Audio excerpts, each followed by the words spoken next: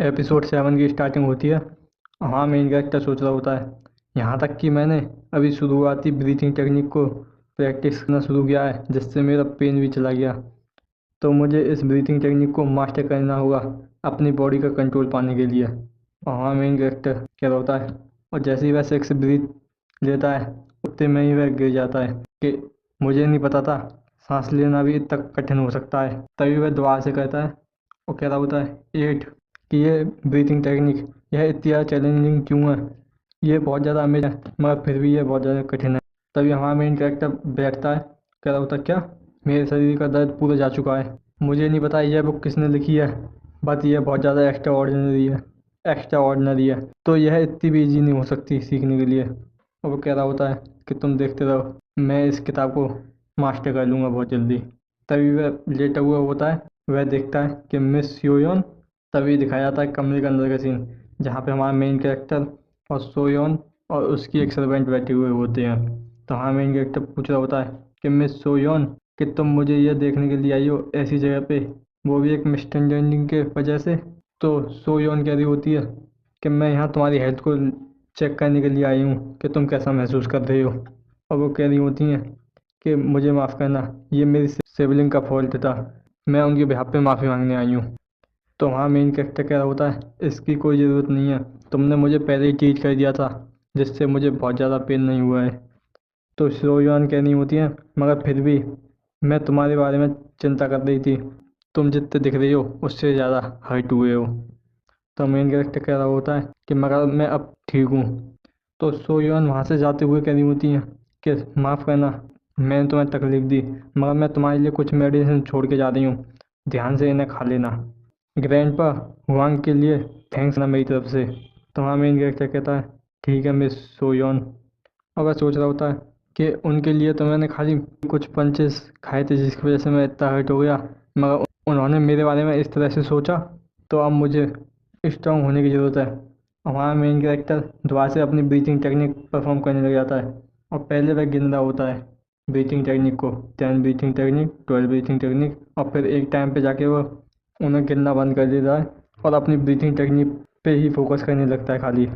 तभी दिखाया जाता है कि गेट खोल के गिरान पर हुआंग आते हैं और कह रहे होते हैं कि तुम इतनी रात पे भी क्या कर रहे हो, आज तुम अभी तक सोई भी नहीं। तो हमारा मेन कैरेक्टर कहता है गिरान पर, और वह कुछ देख के चौंक जाता है कि इतनी जल्दी रात हो गई, मगर अभी तो बिल्कुल सुबह थी। तो हमारा मेन कैरेक्टर पूछ रहा होता है कि तुम कितनी देर से बाहर थे ग्रांड पर, तुम थोड़े से डल दिख रहे हो। तो वहाँ मेन कैरेक्टर सोच रहा होता है कि मुझे ऐसा लगा था जैसे कि खाली आधा घंटा ही बीता हुआ होगा। तो ग्रांड पर हुआंग कह रहा होता है क्या तुम्हें लगता है कि तुम्हें इसी तरह से रहना चाहिए, क्या तुमको दर्द नहीं हो रहा है।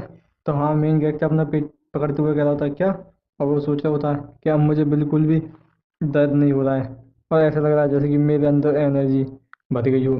तो ग्रांड पर हुआंग कह रहे होते हैं कि जब तक तुम इसे मूव कर सकते हो तो यह बहुत ज़्यादा रिलीफ की बात है। तो अब मेरे पास एक स्टोरी है तुम्हारे साथ शेयर करने के लिए, तो मेरे पास आके बैठो। तो वहाँ मेन कैरेक्टर पूछ रहा होता है मगर तुम कहाँ गए थे। तो ग्रांड पर हुआंग अपनी स्टोरी बताने लग जाते हैं और कह रहे होते हैं मेरे को एक स्टोरी याद है, नोमा, जो मेरे साथ एक बार शेयर करी थी इस बारे में। तुम्हारे जन्म से पहले दो फैमिली थी जिनके बीच में फाइटिंग हुई, जिनमें से एक थी मीटो सोवर गेट और दूसरी थी वाइट ड्रैगन फोर्ट्रेस। उनके कॉन्फ्लिक्ट में वाइट ड्रैगन फोर्ट्रेस ने अपनी मार्शल आर्ट से उस व्यक्ति को अपने नाम कर लिया, मगर नेचुरली जो बिएक्डो एयरलाइंस थी उन्होंने प्रेडिक्ट किया था कि जो जीतने वाले हैं वो मीटो सोर गेट है, मगर वह इस चीज़ को देख के सरप्राइज हो गए इन दोनों की फाइट को। जो मीटो शॉर्ट गेट था वो इस बैटल में क्रश हो गया, और इस फाइट के बाद दोनों ही फैमिली डिसपियर हो गई इस संसार से। मगर रिसेंटली जो सक्सेसर है वाइट ड्रैगन फोर्ट्रेस का, वो उसने अपने आप को रिवील किया है। तो वहाँ मेन कैरेक्टर सोच रहा होता है क्या ये यायोल फैमिली है, वह है क्या चूसन में जरूर उनके साथ अलायंस में है। और ग्रांड भगवान कह रहे होते हैं मगर वह जानकारी बहुत ज़्यादा कम है, तो इसलिए मैंने फर्स्ट प्रिंस हैं और यंग लेडियाँ उनके ऊपर अपनी नज़र रखी। तो हाँ, मेन कैरेक्टर कह रहा होता है कि अब मैं कुछ कुछ समझा। तो ग्रांड भगवान कह रहे होते हैं कि इतना ही मुझे पता था और मैं आगे भी इसी तरह इन्वेस्टिगेशन करता रहूँगा। और जो यंग लेडी की मैरिज है उसका ओकेशन कल ही होने वाला है शायद से।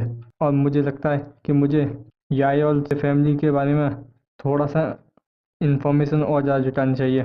तो वहाँ मेन कैरेक्टर पूछ रहा होता है कि इस बंडल में क्या है, कि तुम इसे कहाँ से लेके आई हो।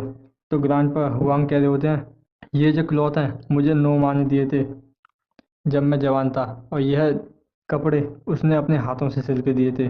मैं इनको अपने पास रखता हूँ क्योंकि मैं इसे पहन नहीं सकता और ना ही छू सकता हूँ, मगर ये नोमा ने मेरे लिए दिए थे तो मैं इसे अपने साथ रखता हूँ। तो वहाँ मेन कैरेक्टर कह रहा होता है कि ग्रैंडपा मैं तुम्हारी फीलिंग के बारे में समझता हूँ, मगर ये थोड़ा सा ज़्यादा नहीं हो गया है। तो ग्रैंडपा हुआ कह रहे होते हैं कि नहीं, जो कि एक बूढ़ा आदमी मेरी तरह, उसको थोड़ी सी जानकारी और इकट्ठी कर लेनी चाहिए तुमसे पहले। तो वहाँ मेन कैरेक्टर कह रहा होता है कि थोड़ा ध्यान से किसी मैस में मत फंस जाना। तो ग्रांडपा हुआंग कह रहे होते हैं कि मैं तुम्हारे जितना स्मार्ट नहीं हूँ, मगर मैंने भी कुछ एक्सपीरियंस गैदर किया है। जब मैं यहाँ पे ना रहूँ तो तुम्हें ही यंग लेडी को प्रोटेक्ट करना है। और ग्रांडपा हुआंग अपना बैग पैक करके वहाँ से जाने लगते हैं। तो हाँ मेन कैरेक्टर बताता है कि जब ग्रांडपा हुआंग उसी दिन काम से उक्सोल फैमिली को उस सुबह छोड़ के चले गए, और जो नोमा थी वो उनके लिए ज़रूरी एक स्पेशल पर्सन रही होगी। अब यहाँ पे खाली सोयोन बची हैं जिनको मुझे प्रोटेक्ट करना पड़ेगा। अब मैं ग्रैंडपा की पोजीशन पे आ गया हूँ जिनको सेव करना है मिस सोयोन को। तो अब मुझे और ज़्यादा स्ट्रांग होना पड़ेगा।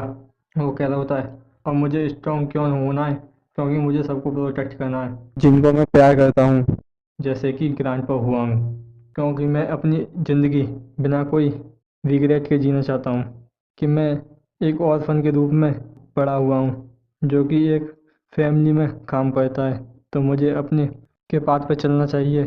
तो इसलिए मैंने मैजिक का पाथ चूज़ किया है ग्रैंडपा हुआंग।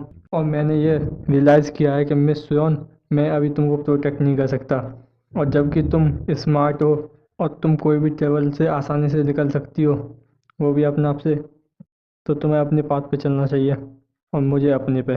और कह रहा होता है ग्रैंडपा हुआंग, हालांकि मैं तुम्हारी फीलिंग को पूरी तरह से नहीं समझ सकता, मगर जैसा कि उन्होंने बताया था कि उनके लिए उन्होंने अपना घर छोड़ दिया और उनके पीछे चले गए। उनकी जो चॉइस थी वो अलग थी मेरी डिजायर से। तभी उसके घर के बाहर कोई आ जाता है और कह रहा होता है, क्या जवानी अब तुम अंदर हो। तभी दिखाया जाता है एक अंकल को जिनका नाम होता है जोंगमुन। वो कह रहा होता है अंकल जोंगमुन। तो वह अंकल कह रहे होते हैं कि मुझे पता है कि तुम्हें घूमना कितना पसंद था, मगर मैं तुम्हारे लिए थोड़ा सा चिंतित हूँ जो कि इस तरह से कमरे में बंद है। तो वहाँ मेन कैरेक्टर कह रहा होता है कि हाँ मुझे थोड़ा सा बुरा फील हो रहा है, मगर कुछ नहीं। तो अंकल कह रहे होते हैं कि इस तरह से एक रूम में बंद रहना पूरे दिन के लिए, इससे तुम्हारा चेहरा थोड़ा सा पीला सा पड़ गया है। और वैसे जो ग्रांडपा हुआंग है वो क्यों नहीं आए अभी तक, कई दिन गुजर गए। उन्होंने कहा था कि तुम इन कपड़ों को ले सकती हो, और क्या तुम इस बारे में समझ सकते हो। तो वहाँ मेन कैरेक्टर सोच रहा होता है ये तो बड़ी प्रॉब्लम है, लगता है ग्रांडपा कुछ ना कुछ कठिनाई में पड़ गई है रूल से। और यहीं पे हमारा एपिसोड ख़त्म हो जाता है।